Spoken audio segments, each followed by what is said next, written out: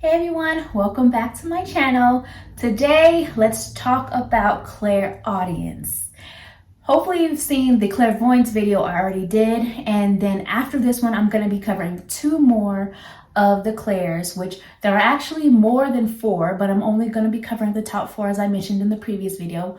But today we're talking about clairaudience, and what clairaudience is psychic hearing or intuitive hearing. To me, tomato, psychic, intuitive, same to me. It's all the same.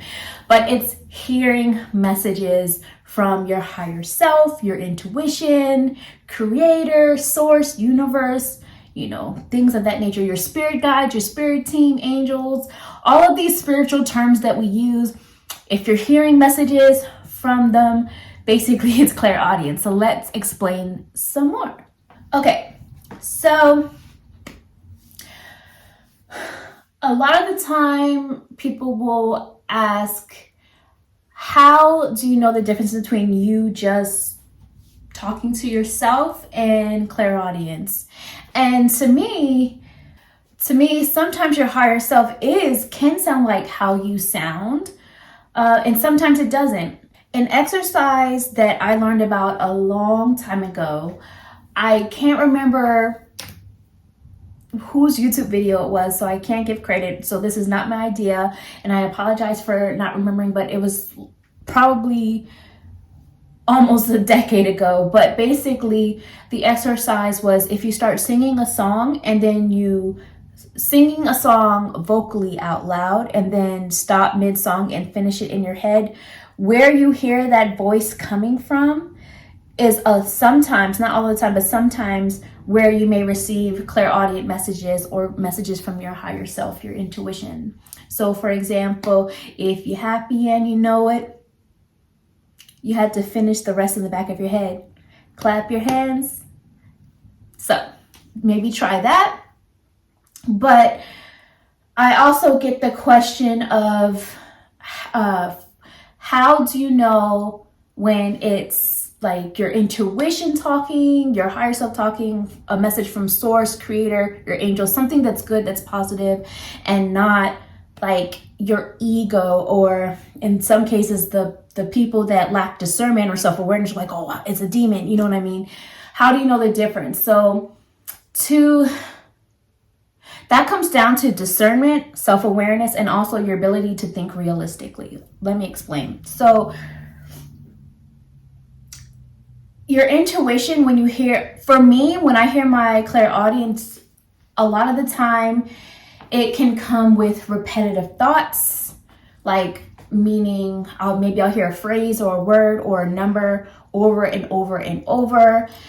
Sometimes it's a song that pops through. Sometimes it's remembering something someone said, which feels like out of nowhere. It can come in that way, or sometimes it's just like, sometimes it just sounds like me, my higher self telling me something, like don't do this or do that, you know what I mean?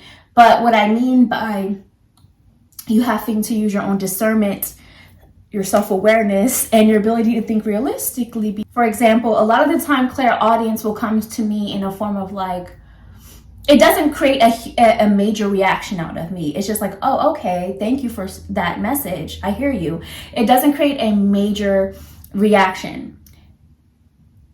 If something is continuously creating a major reaction out of you, that it feels more negative, dangerous, unsafe, things like that, then that could mean that it's coming from the ego or something else maybe going on with you.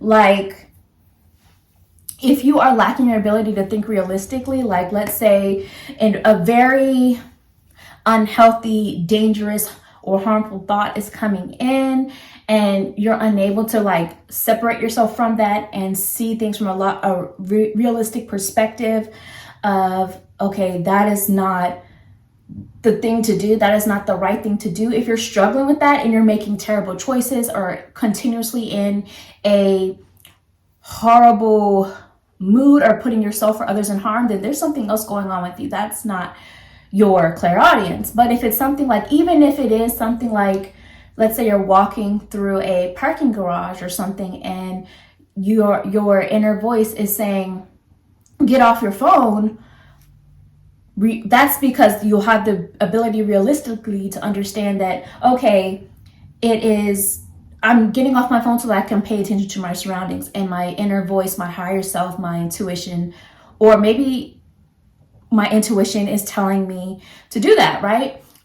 This is because your ego can serve a positive purpose. A lot of the time, people think when you talk about ego, it means something negative, something horrible all the time, and that's not true. Your ego does serve a positive purpose as well when it is in collaboration with your intuition to sometimes protect you. Sometimes we need fear to tell us, oh, don't do this. That's not safe. You know what I mean? That's when it's in collaboration with your intuition. But when it's your ego is fully taking hold of you, you're making horrible choices, you're causing harm to yourself and others, you're not thinking realistically, then there's something else going on with you.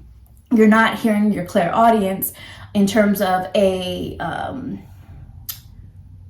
source of light, you could say. There may be something else going on with you in that regard. So hopefully that is making sense.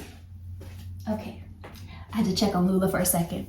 Do clairaudient messages always come in the form of sounding like you or your higher self or your intuition? No, because sometimes, especially if you're a medium, you can be receiving clairaudient messages that sound like someone else or something else if your spirit guide is talking to you. But again, this is where knowing yourself, your ability to know, your ability to have discernment and to think realistically, and knowing what your body, your nervous system is telling you to know, whether or not this is someone coming to you or an entity in terms of like, maybe it's a spirit guide, it's not necessarily a someone in terms of like how we think of people. You have to have these abilities to know the difference by knowing yourself and able to think for yourself instead of always putting the power outside of you, to know when it's something coming from light versus something coming from the dark. And even if it is something coming from the dark, then own your own power and don't give it away. You know what I mean? I'm kind of going off on a tangent right now, but a lot of the time I hear people always talking about like, oh, someone put this on me or that on me, or curses, hexes, whatnot. I'm not saying that those things aren't real, because I do feel like they are real, but I am someone who believes that I don't think anybody else is more powerful than me in that regard. You know what I mean? Especially when I know the level that my ancestors have my back, especially when I know the level that where I come from and the power that I hold.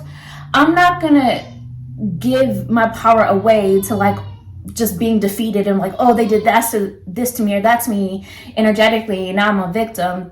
It can mess with you sometimes, but I also know I'm gonna stand in my power and I'm gonna get through it. That's just me. But I know that's kind of going off on a tangent, but I say that because a lot of the time you'll hear people who are super religious who don't understand these abilities that we're born with, often from the light, that they, because of what they've been told their whole life, without doing the research on their own and without understanding that things have been manipulated and they've been lied to a lot of the time about these things. They will try to be like, oh, they try to put all the blame and everything on, oh, the enemy or the devil or this or that, as if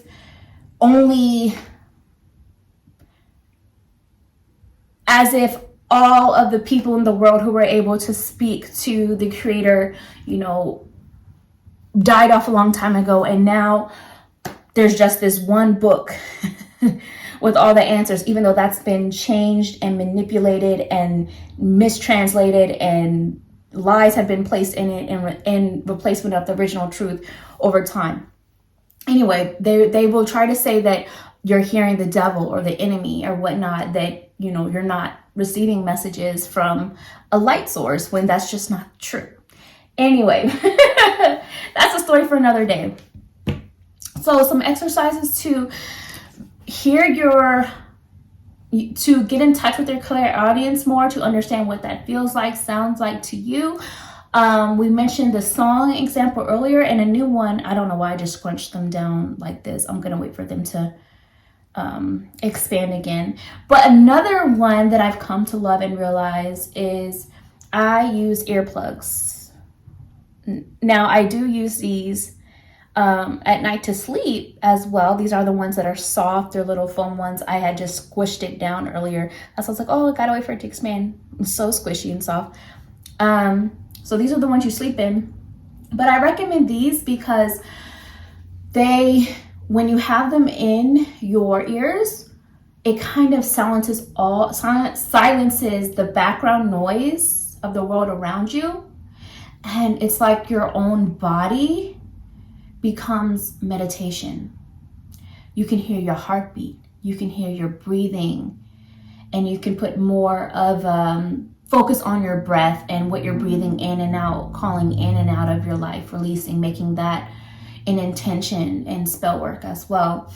You can hear, if you're walking around, you can hear your footsteps, like you hear you and everything going on. And a lot of the time I'll start having, once I silence the distraction of the rest of the world with these, I will often start to hear, like I said, messages coming through, whether it's through songs or thoughts coming up that need to be sorted through or healed, or whether it's through repetitive phrases or numbers. Like, you just start paying attention to what you're hearing inside, and that can help you to enhance your clairaudience as well. You can also do meditation of other forms, guided meditation or other forms of meditation, if that's what you like to do. But for me, I've never been a person to just sit still and meditate without either like a guided meditation or some sort of assisted music, things like that. But this is my new favorite, using earplugs to help get in touch with your clairaudience and receive messages that way. So hopefully you guys enjoyed this. Hopefully I didn't ramble too much, and hopefully I hope what I made makes sense. Please comment below how your clairaudience works, any tips you may have, so that we can all share and learn from each other.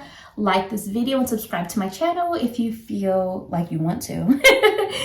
And if you choose to, you could always tip by buying me a coffee for being your teacher in this. That information, as well as where you can go to book a personal reading with me if you want to, is down below in the description. And I just want to say too, so sometimes I get questions about, oh, can you teach this or teach that? Do you give lessons?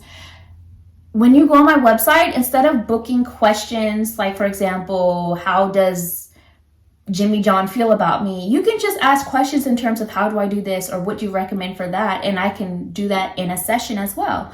So anyways, it was good chatting with you guys. I will talk to you guys another time. Bye.